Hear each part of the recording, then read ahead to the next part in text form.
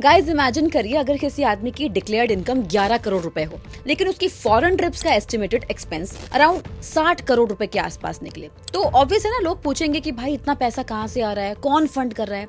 और यही सवाल अब राहुल गांधी को लेकर पूछा जा रहा है। 2011 से अब तक राहुल गांधी की अराउंड 54 फॉरेन ट्रिप्स हो चुकी हैं।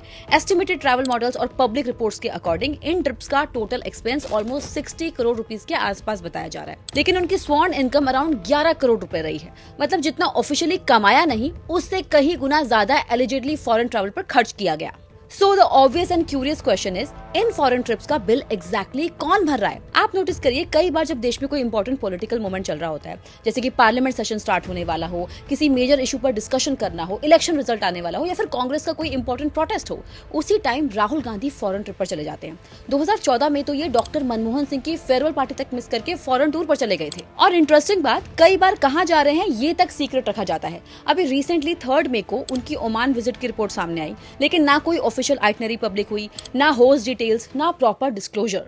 सीआरपीएफ के एक ऑफिशियल लेटर के अकॉर्डिंग दिसंबर 2024 से सितंबर 2025 के बीच ऐसी 6 फॉरेन ट्रिप्स हुई जिनकी प्रॉपर प्रोटोकॉल नोटिफिकेशन तक जारी नहीं की गई।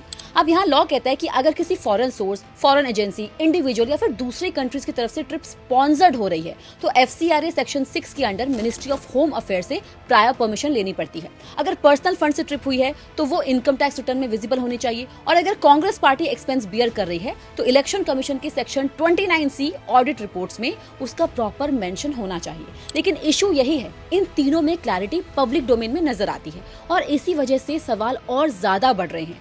अभी मुझे पता है कुछ लोग बोलेंगे कि भाई पीएम मोदी भी तो फॉरेन टूर्स पे जाते हैं, है ना?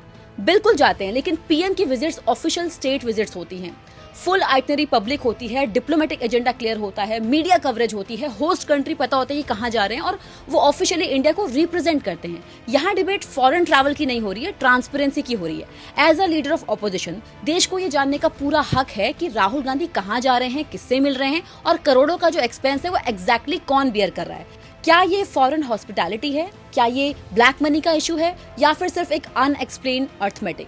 अगर राहुल गांधी बस एक प्रॉपर रिकॉर्ड दिखा दे तो ये सारे सवाल वहीं खत्म हो जाते हैं। आखिर ट्रांसपेरेंसी से डर किस बात का है? अगर सब कुछ लीगल और ट्रांसपेरेंट है तो फिर पूरी इन्फॉर्मेशन पब्लिक क्यों नहीं की जाती? आपकी इस पे क्या राय है? कमेंट करके जरूर बताइए।